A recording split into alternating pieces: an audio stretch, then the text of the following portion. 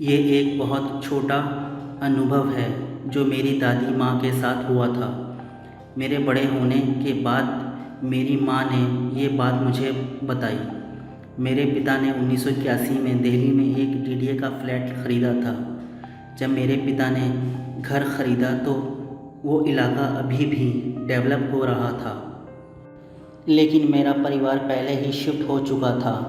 मेरी दादी को वहाँ शिफ्ट होने की इच्छा नहीं थी, फिर भी वो सब शिफ्ट हो गए।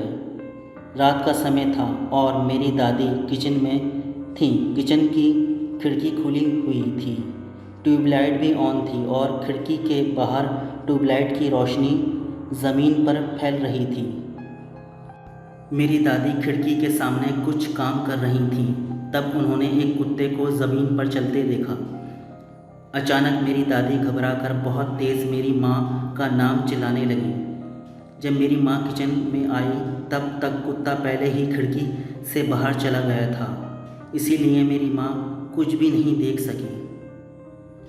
लेकिन मेरी दादी ने बताया कि खिड़की के सामने से जो कुत्ते गुज़र रहा था वो देखने में तो एक कुत्ता ही था, लेकिन उसकी परछाई इंसान की तरह थी। मेरी माँ को इस बात पर यकीन नहीं हुआ, लेकिन मेरी दादी ने कहा कि वो अपना चश्मा पहने हुई थी।